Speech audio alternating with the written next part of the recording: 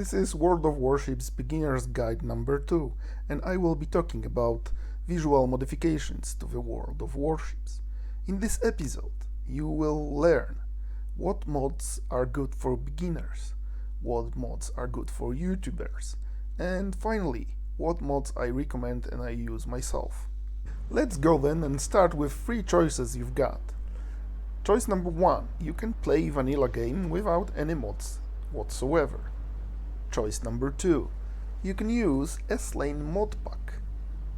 And choice number 3, you can use ModStation WOWS. And I'm personally using ModStation WOWS, and this is why. On your screen you can see official World of Warships site about mods policy, and for me, being old man and very lazy, the most important line is this one. Now when I know that it's legal and recommended by World of Warships, all I need to do is write ModStation WOWS in Google and install it. After installation, you end up with a program that contains all the mods you will ever need, and to be honest, the S-Lane mods pack and ModStation WOWS, they are in 85% content the same, so both are a viable choice. I just choose ModStation WOWS. Let's reset everything and start from the beginning. First thing you do, first tab, you download Dynamic Crosser. If you don't have any in your vanilla game, this will solve this problem. I usually choose 2 of them, Smart Horizon and Nomogram Modern, but doesn't really matter which one you use, they are all good. It's just personal preferences. Next mod I recommend, especially for the new players, it's max speed of target. This mod shows you under the distance to the target the potential maximum speed of this target. The last mod from this tab that I recommend to use is 25 times zoom. It's not because it's such a drastic difference between 15 and 25 zoom, but it lets you zoom out your ship a little bit more, and that's what I like in the game. Let's go to the second tab. And in the second tab, for me, there is only one marker and it's purely cosmetic, and I'm using this one just to make my radio location marker blue. In the tab number 3, I'm not using any modification. Number 4, you've got quite a lot of camos for different ships, but I'm not using them. I don't care about camo, it gives nothing in the game, so it's only visual. Well, the next tab is very important though. In this tab, you've got modifications of combat interface. And I use this one because it shows submarine pings of minimap, advanced torpedo marker because it never hurts, movement indicator, very important mod for new players. They have big problems and struggle with determining the enemy ship's speed or even direction of movement. If the ship is bow in, the little dot over this ship shows you with colors if this ship is going forward or backwards or is stationary. Next mod worth recommending is a score timer. It gives you valuable information, so it's worth having.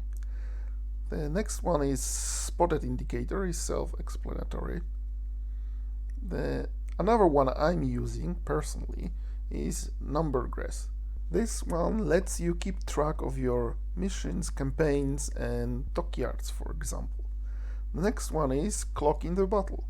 I'm a person who plays a lot and I always lose track of time, especially when I don't have the clock in front of my eyes. So for me, this is necessary one to have. The next one I would recommend is advanced HP bar and regen assist. Damage meter, of course. Always you want to track progress of your damage in the game, and this one lets you see who's the most dangerous to you, because it shows damage you received from enemies. The next one worth recommending will be Team HP Plus. That gives you information of total HP of your team, so it's quite useful. And we come to elephant in the room, which is Battle Expert. This one I recommend to new players. I'm very experienced, so I don't have to use it.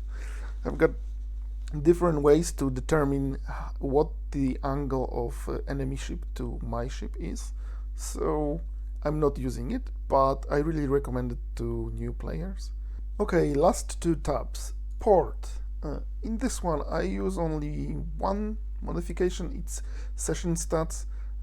Well, I'm a stat person, so for me it's very important to know what was my score today, how much average damage I did, what's the win percentage, etc, etc. So I'm using this one. The last tab contains 3 mods I'm using. First one, remove fog and glare. It's very annoying, and you can see it in some of my videos where I play vanilla game, and it's very shady. That's the fog effect and the glare. And the second one I'm using is remove blur effect. Very annoying when the sun shines directly into your crosshair.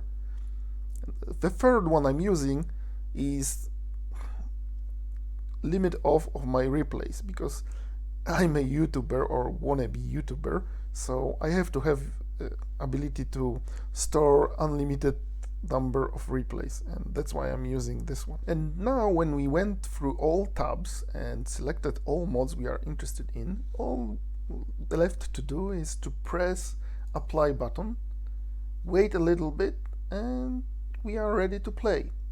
That concludes this episode of Beginner's Guide. In the next one I will be talking about recommended lines to grind for beginners, so if you're interested in it, you can watch it. Thanks for watching, and of course, see you in the next one.